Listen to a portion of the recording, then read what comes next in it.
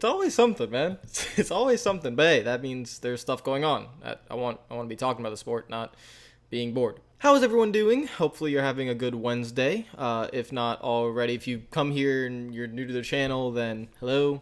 Malad, aka RealRadman. Go follow me on Twitter and Instagram if you're not already. Yay, plug. I am such a condescending little butthead. Anyways, let's talk about what we want to talk about, what I want to talk about. I have some opinions on this. Number one, big news. Kevin Harvick. First, let's show the new point standings. As you can see, Joey Logano is still locked in. Kevin Harvick was locked in, no longer locked in. And Kyle Busch is 28 points to the good. Mark Truex Jr. 25 points to the good. And Kevin Harvick is only 3 points to the good on Kurt Busch because Kevin Harvick had a 40-point penalty due to an L1 infraction for an encumbered race win. The car was illegal once it was tore down in R&D inspection. So Kevin Harvick's car failed the inspection when they took it back to R&D. Apparently NASCAR found some things when they removed the spoiler. I guess the spoiler was just incorrect. I don't know the exact details. NASCAR doesn't go into the exact details really. They don't say exactly what was wrong. But once they were able to tear down the car, something that was not picked up on the laser scan was picked up when they tore it down, and they looked at the rear of the car, the spoiler, and something was just wrong about it. And apparently there was intent because this is a very harsh penalty, a 40-point penalty, suspension of the crew chief and car chief for the remainder of the season. So no Rodney Childress for Kevin Harvick for the last 2 races of the season. That's a big deal. And now he is no longer locked into Homestead. He's going to have to fight his way through Phoenix. Now, that is basically the gist of everything with the Kevin Harvick news. I have some pretty strong opinions on it that I think might not be popular, but it might be. I don't know. Comment down below what your opinions are on the whole issue. A lot of fans are pissed, and rightfully so, because it's annoying finding out on a Wednesday that the car that won on a Sunday is illegal. So that's a little bit annoying. Here's the deal. I'm going to be straightforward and simple. I'm not going to be upset with NASCAR. I think NASCAR just needs to take all of these situations and learn on a case-by-case basis. So we have this playoff system now. It's been in place since 2014. It's gone through a little bit of a change and some stuff, but it's been in place since 2014, and there have been consequences for penalties and stuff. Here's the deal. We're late into the season. There's only 3 races left. When a car, and I'm not going to use the word cheat. Listen, basically every team quote unquote cheats because it's engineering. It's making a car go as fast as it possibly can in any way you can within the rules. And if you can maybe get away with something, you try and do it. I'm not going to criticize any team for trying that. Literally, that's all F1 is. Formula 1 is just trying to find every single way to get the car to go fast, and F1 has a much larger little, rule. They don't really enforce the rules as much as NASCAR does. They don't have the teams as tight in a box. NASCAR, very tight box. The teams have to do a lot of moving around within that box, and to find speed, they have to do certain things that are probably not going to be within the rule book. So and that's the team's job. NASCAR's job is to enforce the rules and enforce that the teams do not go outside of the rules with penalties and the such. Here's the deal. Kevin Harvick is still in the top 4. You can see it right there. He's in the top 4. He's going to a track he's really good at. He's probably going to be fast, and he's probably still going to get into the championship race. I'm not going to question that. He's still going to be my pick to get in. I don't think Kurt Busch, Elliott, or any of them can win the race to prevent Harvick from doing that. There's a chance, obviously, but I don't think they will. What NASCAR should learn from this, and I'm hoping there is I know, there's too many rules, but I'm hoping there is a new rule for next year. This has to be put in place. If you are caught with an L1 infraction penalty, so the most severe penalty of whatever infraction was on the car, right? They need to be disqualified from the playoffs. Doesn't matter if it's round 1, 2, 3, or the championship race, disqualified. There's no point penalty. None of that. It needs to be disqualified from the playoffs. NASCAR can't do that now because it's not in the rule book. Like, you can't just make up the rules as you go. They went with the most severe penalty they can. But NASCAR needs to. This is unacceptable. And you have to be, as a sanctioning body, as NASCAR, you have to be strict. You have to enforce the rules.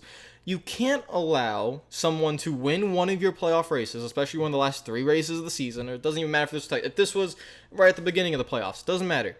If they are caught with this kind of penalty, automatic disqualification. No ifs, ands, or buts. It's that simple. There's no excuse for this. There's nothing positive that comes out of this for NASCAR. But it's not the team's fault. Remember that. It's the team is supposed to push the envelope. But they're also supposed to push the envelope as far as they can without going over that line. If you go over that line, that's it. Especially in the playoffs. That is it. So there has to be a new rule. I'm hoping NASCAR does this. If they don't, I will be highly upset for next year and for the future races. Automatic disqualification if that car is taken back to Charlotte, broken down, and there is a intent of illegal actions and the L1 penalty is enforced. Automatic disqualification. Just talking to my roommate who's not even that big of a NASCAR fan. I tell him what happens. He's like, it's stupid. He should be disqualified. You cheat, right? Or you technically cheat. You push the envelope, you get caught, and you're still in the top 4? You still have a good chance to go to home? No, none of that bullshit. You disqualify him. That's how it should be. You got to enforce rules. You have to be strict. You have to be harsh. That's how it is. If you want the credibility and the integrity of the sport to stay, automatic disqualification, get him out. So in my mind, there should be right now 7 drivers in the playoffs. Kevin Harvick should be disqualified, but because the rule is not in place, we can't do that. So he still has a good shot. I just hope NASCAR learns from this. That's all I'm hoping for. Just learn and enforce in the future. How does this change Phoenix? Again, I don't think it changes Phoenix that much. I'll do a race preview on Phoenix in the near future, but don't think it changes that much. Still think Kevin Harvick's going to get in, but I don't think fans like a lot of fans probably don't have particular feelings on Kevin Harvick. They probably won't enjoy that.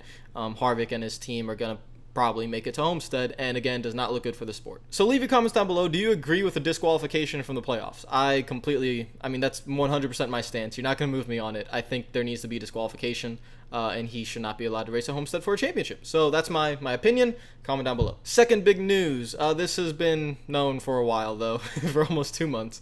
Joe Gibbs Racing has formally signed Cole Pearn and Martin Truex Jr., crew chief and driver of the 78 from Furniture Row, and they're going to move to the 19, or it might be 78, depends on if Furniture Row sells the number. But they will be the 4th car at Joe Gibbs Racing. Daniel Suarez will no longer be there, and most likely Daniel Suarez is aligning things. He could be at either Ganassi or he could be at SHR.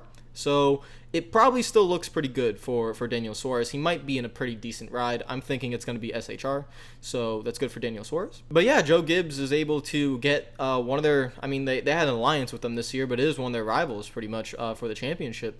They're able to lure away Truex and Cole Pearn because Furniture Racing could not sustain the operations with Joe Gibbs bumping up the fee for the alliance. And this all seems kind of fishy from the inside, how much the alliance was bumped up for Furniture Row to the point where they were not able to sustain it without the sponsorship staying on. So seems a little bit fishy there to do, but Martin Truex Jr. is going to Joe Gibbs Racing, and I expect him to be a strong force in the 19/78 whatever car that will be there at JGR in 2019. So comment down below what you think of that as well. And again, I'll be making a race preview for Phoenix in the future. The big news here obviously is Kevin Harvick, and I'm just hoping NASCAR learns from their not having it in the rules. Just make sure, because this is a credibility issue. It just doesn't make the sport look good, especially with all the gimmicks we've had over the last few years to generate entertainment. This stuff doesn't look good at all. So automatic disqualification should be in place for next year. Hopefully that does happen. And I'll see you guys later. Hope you're having a fantastic day. If you liked the video, make sure to like button. If you're new to the channel, make sure you subscribe. Again, for the 4th or 5th time, comment down below what your opinions are on this whole thing. Follow me on Twitter and Instagram if you are not already. And I'll see you guys later. Hope you're having a fantastic day and have a great week. Peace out.